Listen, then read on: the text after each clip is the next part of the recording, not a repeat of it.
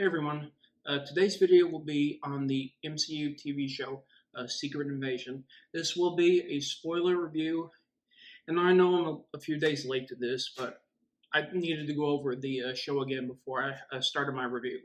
Oh, and I'm sorry if I say anything similar to or repeat anything you've heard other YouTubers and content creators have said. I'm not trying to copy or steal from anybody. I'm just what I'm talking about. I think needs to be talked about. Admittedly, Secret Invasion wasn't the best thing the MCU has come out with even recently. It's not the worst, but it's definitely not the best. There's some elements to it that kind of unravel the continuity or consistency of the MCU, specifically regarding Shield and certain characters and like the basis of what we have seen throughout the MCU so far, or at least parts of it anyway. As it's revealed in the show, the reason why Shield was so effective under the leadership of Director Fury was because the scrolls were his secret weapon. They were able to discover and relay back information that human agents would have a much harder time discovering and sending back to him. The scrolls have a advantage, obviously, because of their shapeshifting. They're able to discover information and send it back to Fury in a way that would be very or nearly nearly possibly impossible for human agents to give to Fury, because obviously the major difference in the capabilities of these two species. That's just one part. But also, if the scrolls were his secret weapon, it would entail certain elements of how certain events in the show shouldn't have likely happened, specifically the events of Captain America the Winter Soldier. Hydra was able to grow and develop and extend its reach within S.H.I.E.L.D., but if the scrolls were really working for Fury all that time, how did they not find out about it?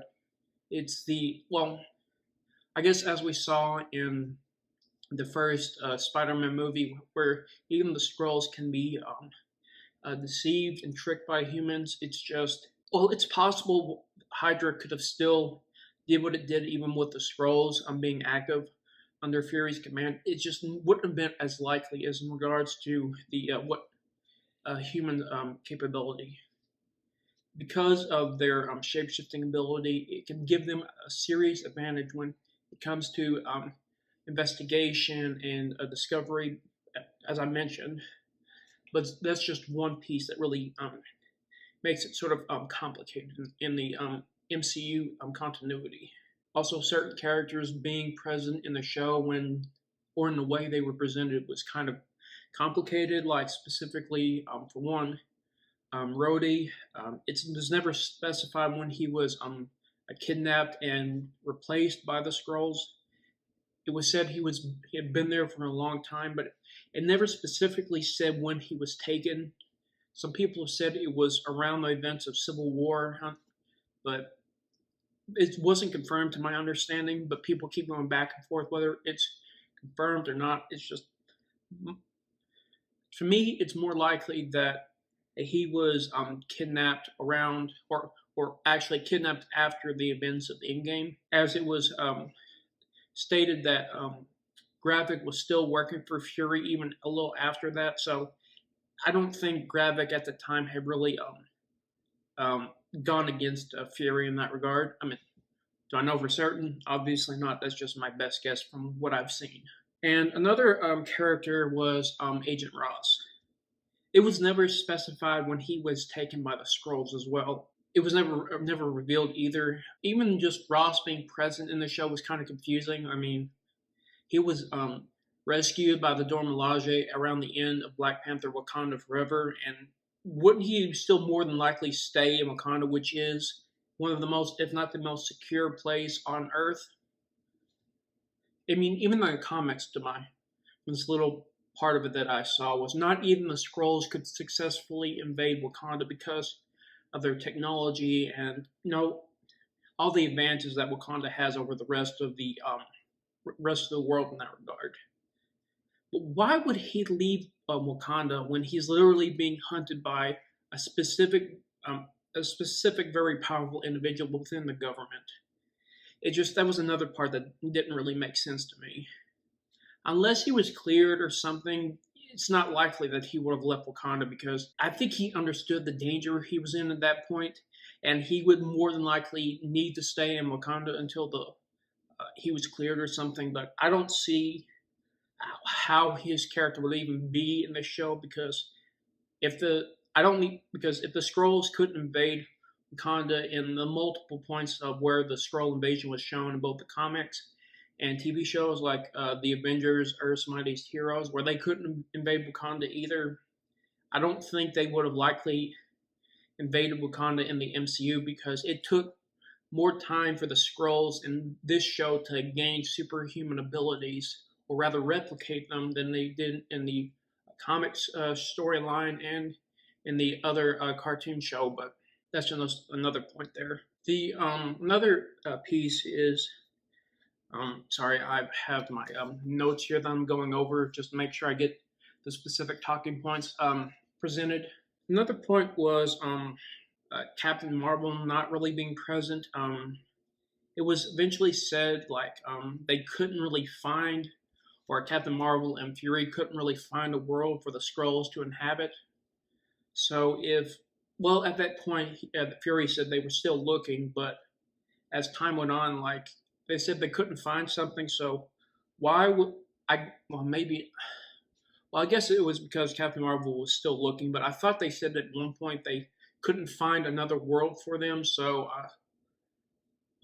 I guess she didn't give up in searching. I don't know. It's just I guess maybe I'm a little confused here in that regard because if if they couldn't find a world, why was she still looking? I mean, granted, she's I'm not saying that she would like give up or anything. It's just granted it's a big universe and everything, so maybe she didn't give up and was continuing to look. It's just maybe I just got a little confused there. Parts of this show kind of like make things like I said, broken or like uncertain in its continuity because the Skrulls are definitely a big addition to the MCU, or they should be in some regards because of how it was presented in Captain Marvel and in this show, where it could lead along different lines. But I guess it was because of the uncertain like writing and how they did. But it's just something that it was kind of iffy to me. Oh, and another thing was the Skrulls not being able to like get like the superhuman uh, abilities and everything a lot sooner. I mean, granted, the Skrulls are one of those like one of the parts of Marvel that I don't have as big of an understanding of. I mean, we see them in certain both the comic storyline and the main two ones I know of are like the comic storyline, or for me more specifically, their storyline in the Avengers: Earth's Mightiest Heroes, a cartoon show that took place years ago. That was the main storyline and portrayal of the Skrulls that I know the most.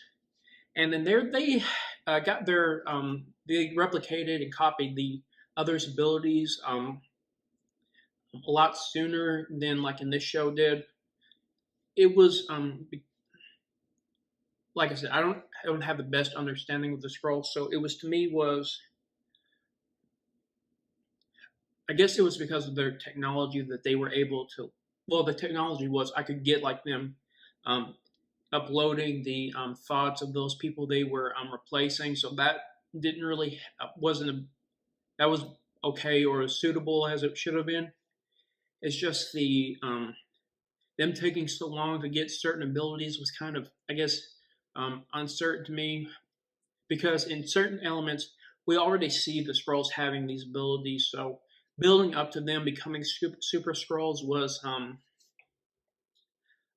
I guess it was kind of questionable, I guess, because it was shown in these other two storylines they had the abilities of multiple heroes and villains, and they could, in some ways, they were a match for the different heroes because I think like the original Super Skrull had the abilities of the original Fantastic Four, elongation, well, basically all the powers that they had, and I, maybe I'm being too picky here, I guess, but it's something that I think maybe could have been shown a lot more in the show, like Fury and them being up against these superpowered, already even more super enhanced, like beings who already have a serious advantage over humans with their shapeshifting and their technology, but it was something that I think maybe could have like explored a bit more because in the other stories you had both the characters and individuals like Fury, but also the so the superhero community going up against the Skrulls and struggling against them.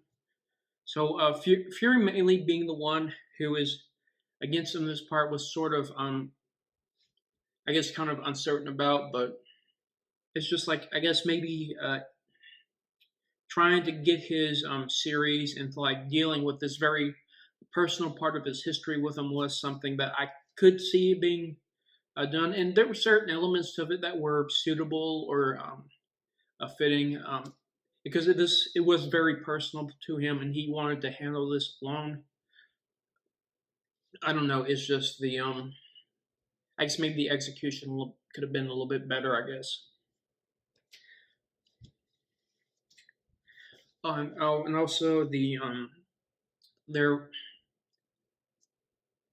there's two specific deaths that happened in the show that I was saddened about was Maria Hill. Her character in the MCU was definitely a lot different to her other incarnations, where she's really just an asshole, and most of her incarnations are authoritarian, bordering if not fascist, and how she wants control over the superhero like communities and everything. Like she's one of the biggest jerks in Marvel to my understanding. So seeing her in a lot more of a compassionate and less, I don't know how to say it, the best way to say it, just not so much of a jerk in the MCU was definitely, I think, a better change to it. I mean, maybe it's because, but I know some people didn't care for her. I guess maybe they wanted like Maria Hill that's been presented in the other comics, which I understand. It's sort of like, in some ways, like the difference between the it's something that Maria Hill and Captain Marvel share. There, in some ways, are a lot more, well, like I said, a lot less of a jerk in the MCU than they are in the comics. I mean, I guess it depends on the comic storyline because, like the two Civil War storylines with Captain Marvel, she was more of the authoritarian line, but I guess it just depends. So I think that we could have seen a little bit more of Maria Hill in the MCU franchise. So it was sad to see her go. And also Talos, you could see that his friendship with Director Fury, while it was strained at times, you could definitely see that they were, good friends in their own way. It's just he was trying to understandably find a peaceful resolution to the conflict between the Rebel Skrulls and their campaign to take over the Earth. He gets because of the Skrulls not having a home and wanting to let his people be in a state of peace rather than in violence and everything. He just wanted a change for his people, and him trying to and fighting for that and seeing him die at the hands of his people that saw him as a traitor was really tragic. I mean, it was. This is another thing. It was mentioned that by one of the Skrull Council members, the one who didn't um, accept Gravik as a Skrull general, that they said like they were too willing to go into war, and that was why they lost their world and like were scattered around the galaxy. That really wasn't explained as much in this because, as we see in like some of the other incarnations, that the Skrulls are a lot more militaristic and violent in some ways, how they engage like enemy forces.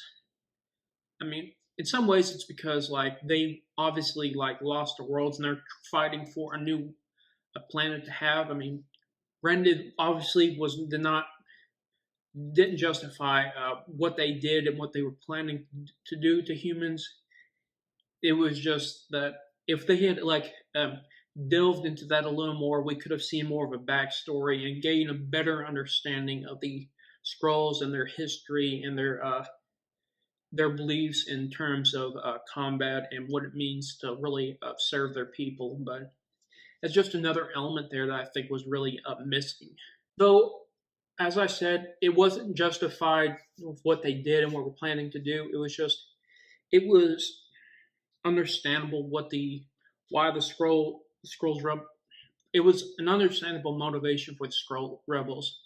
They believed they were failed by Fury and the humans they trusted. They've been hoping to get a new home where they could call their own, live in peace. It's just they in their mind they were continually and repeatedly failed by those they trusted and followed, and they did so much for Fury and receiving no in their mind no true help and aid. It's just they were just broken and they were angry, and it's I mean as a species if we lost our planet and another species like said they would help us like find a new home and we did so much for them, but they continually couldn't like help us find something, and wouldn't any of us be angry? I mean, wouldn't some of us be furious that we did so much and lost so much only to really have nothing? It's just a really sad situation for the Skrulls because some generally actually wanted peace with the humans, and as Talos said, he hoped that Skrulls and humans could coexist on Earth. And we'll be getting to that conversation in a little while, a little bit, but we could see some of them did want peace. It's just some of them hated this situation they were in and like the tragedies they suffered and seeing seemingly no hope for them. It's just they were so furious with the species that promised to help them and in their mind didn't help them. They just retaliated because they were broken and angry.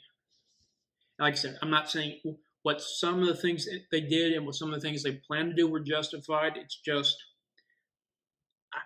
it's hard to say what we would do in a similar situation. Like I said, some of us would want peace, yes. Some of us would probably just react out of anger and despair. It's just something that I thought was like a suitable or acceptable like path or motivation for the Skrull rebels. It's it's just one of the parts of the show I think was okay at least. Some of the ways they could have like delved into more was something that was missing. Like I said, the scroll history, their beliefs in like military action, or like what like some of the like the specific stories, what happened to their planet, and more of the things they did for Fury. It just elements of that were kind of left out or weren't explored as in depth. So there was a lot missing to this as well.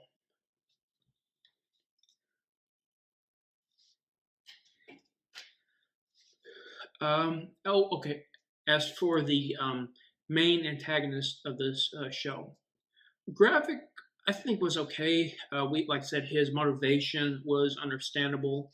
He was like furious and broken as to seemingly there being no hope or like a broken sense of trust, or as he said, like he could as a he the man he looked up to and he said was originally his hero didn't keep his word to him. So like some of his actions and persona that we saw, it was kind of similar to, I think, maybe in some ways to Red Skull. He was very cold and calculating in his actions. He showed little emotion at times because he was so dead set on his mission. He was so focused that he could barely see almost any kind of feelings let out, except for the very last, well, who he thought he was talking to Fury in the last episode. That's where we saw like the hate and despair and rage coming out. That's where we saw the most emotion for him. But through most of the series, we saw him so focused. It was like his emotions weren't even present or just being held or bottled in so much that he was trying to stay um, centered and driven by his goal. And though you could see like the elements of cruelty is there, like in the first episode where he murders Rhea Hill. We see that smile on his face. I think it was Gravik. Um, Sorry if I'm remembering wrong, or if this is stupid of me to say. It's just I guess maybe um, part of me is like a lot, mostly kind of like focused on like the certain elements of the show, and I guess it's kind of sad that, like I said, that Maria Hill's death was really saddening to me. But maybe it was Gravik, so I'm sorry about this whole if I'm being confused for no reason. But we see his cruelty in scenes where he says he wants to hurt Fury. He doesn't uh, um, punish somebody by giving them what they want. So he's trying to break Fury both psychologically and emotionally to when he finally ends him, or when he thinks he's going to end him. And seeing that like laser focused cruelty in his mission when he's toying with a Fury, and also driving towards what he wants, is something that we kind of see and haven't seen with certain antagonists. But like I said, I see him kind of similar to like Red Skull because of the almost little emotion we see at times when he's enacting with when he's acting with violence and everything. Um, he wasn't the best antagonist, obviously in the MCU, even in like in more recent history. It's just I think for the series he was okay. He was suitable. Maybe they could have done more with him. It's just that, or maybe I'm being too picky here. It's just while he was okay, he's definitely not the he's not the, like with the show. Certain parts of it were good or suitable. It's just they weren't the best. Oh, and I mentioned before, when Talos was talking to Fury about him wanting Skrulls and humans to coexist, Fury said that literally said, which probably was one of the best lines in the show to me, was humans can't coexist with each other. Like we've been in war with each other since we could walk upright. And sadly, that's true. We can hardly stand each other. Like all the violence and hatred that's focused and like unleashed against one another. We've been um, assaulting and killing and slaughtering each other for thousands of years over various reasons, and we continue to hurt one another and hurt the planet we're on, and we see this uh, violence continuing over and over. And Fury knew, even though he didn't want it to happen, he knew that if the whole human population learned of the Skrull population, violence would be enacted. And it's because of that hatred for one another. It would like even be arguably worse for another species. I mean, that's one reason why Gravik hated a human so much. The violence and hatred that we enact towards one another was something that he couldn't stand about us. Though, as we could see, he wasn't so different from us, and how he hurt his own species and people, which was a saddening thing. But in some ways, he was or became the thing he hated so much. So I think I guess that was maybe bound to happen. I guess, but it's something with our species that's something that's truly saddening, because when it was revealed to the president at this time in the MCU, he sends out a call for all species that were not born or originate on Earth to be hunted down by humans, or as he tells the Fury, to be kicked off the planet. it's unfortunately not very surprising. It's sad but true that the way we um, treat not just ourselves but like other species. Like I talked about this in my X-Men review, like the how often we view other species that whether they're a threat to us or not, the extreme hatred and violent action we do towards them. Uh, because in like just fiction alone, how many stories are there of humans like fighting and killing aliens and countless movies and TV shows and books and all kinds of like fiction. Like we continually push the matter of us being superior to other species. I mean, I guess it's a sad fact that so many of us have and still see our species as the pinnacle of creation or evolution or both. That we are so superior to other living beings that any other species that's similarly intelligent or arguably superior in any way as evil or lesser than us. Like the constant like portrayal of not just aliens but like any similarly or superior species in any way. I mean, how many times do we present aliens?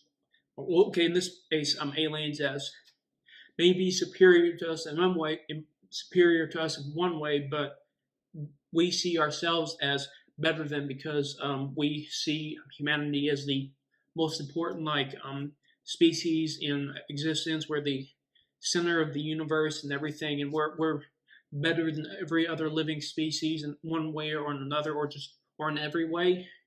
If it was like revealed to like revealed like with ironclad evidence and proof, there was no denying it, that other species, whether they're from Earth or not, were living side by side with us in secret. How many of us would go after them? How many of us would be saying and pushing and enacting violence towards them, saying whether we see them as a threat or not? How many of us would want to kill them all? Because even if, well, granted, yes, certain members, certain scrolls wanted to wipe out humans, and like I said, I'm not saying, like I said, that wasn't justified. It's just whether some of them enacted violence or cruelty on us or not. How many of us would push for the matter of wanting to wipe out another species that's living side by side with us in secret or not? It's just a sad reality to humanity that so many of us see ourselves as superior in any way or in every way to other living beings, and I'm not going into whether they're real or not. It's just pushing the matter of that we're better than every other living being in every way, or we're the only species that matters, or other species, whether some of them um, attack us or not, as evil or lesser than, or they all deserve to be wiped out or not. It's something that we see um, so often in fiction and how we talk about it. Like in this case, where Ritson he says to the Skrulls that they know how to find him, and he's gonna kill them all. And we see humans going after people who are Skrulls, but also killing humans who aren't Skrulls. It's also that horrific paranoia and like a panic where if someone thinks another person is saying something that goes against humanity or something, they could go off and kill them, thinking that they're another species, when it turns out they're not human. But Fury told Ritson that humans will be wiping out Skrulls who wanted to live in peace with humans or wanted to help us. It's just the violence that we see humans enact on another species is so much cruelty and hatred is something that it's just sadly true about us. Though I kind of find it ironic that this is probably not going to be present in another movie in a movie that's going to come out in the future with the MCU, saying that one species is totally evil and that they all deserve to die, and say humans are totally perfect and everything, or that we are the best things to ever exist and everything.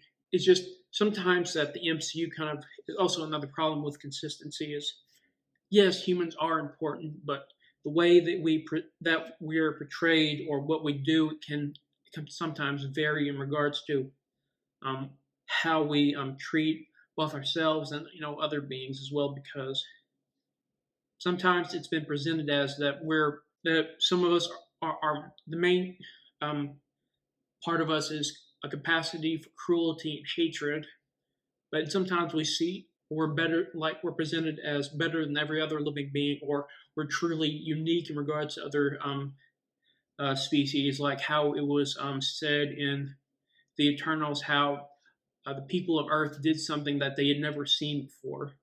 Yes, the people of Earth did fight against and defeat Thanos, but it wasn't just humans. It was various species from different parts of the universe. It's just it just seems like that can like push that in some ways, whether intended or not, can push towards humans being better than every other living being. And I'm not trying to say Eternals was bad. It was one of the best movies since Endgame. Definitely, I think underrated in regards to certain matters. I mean, there are parts of it that I think could have been done better, but I'm getting a little bit off track here. But the way it's presented in how interspecies relationships or connections to others, specifically in regards to us and other living beings, can be really presented in all kinds of ways. And sadly, a lot of it is like pushing towards like humans like wanting to, or the tendency towards wanting to wipe out another species or control them or whatever is presented in this various parts of fiction. Because as Fury was sadly proven right in regards that um, what we do to each other is already bad enough. How we would treat another species like the Skrulls or any other forms of intelligent and powerful species, whether they're superior in some ways to us or not. It's just this kind of matter is sadly true and a cruel reality of what and how humans are in regards to how we view and treat other living beings. Of course, some people will say, like I said, that one film, they'll say they're not living, but it's just another matter of how we treat other species, whether some treat us, enact violence against us or not. But pushing aside how we sometimes treat other living beings, and like the capacity that we have for violence and destruction and hatred, is just a sadly ironic state of our species, and how, whether it's in fiction or not, it's just something that I find really tragic in regards to how we view and treat other beings and species altogether. Which I think, while it's a terrible reality, it was probably one of the most brutal yet true aspects that was shown in the show. So, I mean, yes, it was a tragic way to end the show, but unfortunately, not all of us are like, or how we perceive other beings, like how Fury treated the Skrulls, like his wife, for example, and how um, they loved each other and everything. It's just how we live and how we perceive other beings in regards to us, whether or not they, like I said, yes, I'm sorry I'm repeating myself a lot. It's something that I still struggle with, but something that is sadly true of how we see ourselves and the greater reality that we live in regards to other species, and how we act on that. Whether it's, while some of us do act with love and compassion, understanding, seeking peace, there is also the terrible reality of us being hateful and cruel and wanting mass slaughter and destruction for other species. Even though some may enact violence on us, that doesn't mean, as we can see in certain elements, that there individuals, whether regardless of species, are individuals. Some may be filled with hatred and wanting to enact violence and cruelty. Some do seek peace. It's just something that I think was really true of truly true of us, that was really presented well in the show, unfortunately. But let me know what you think. Let me know what y'all thought of the show, its characters, the elements that within it. Like I said, it's definitely not the best thing that's come out in the MCU since Endgame. It's definitely not the worst, but it sadly leans towards more one of the less well written and well executed shows, unfortunately, because the plot and the elements that could have been really presented in the show could have been very interesting and intricate. Because while some things were done very well, or done tolerable or suitable, or at least okay, there was a lot of stuff missing that was not done very well. But like I said, let me know what you all thought in the comments below. I want to hear what you all have to say about the show and what it can mean for both the past, present, and future of the MCU. I hope you liked this video. Make sure to like, comment, and subscribe. Once again, I hope you liked this video, and thank you for watching.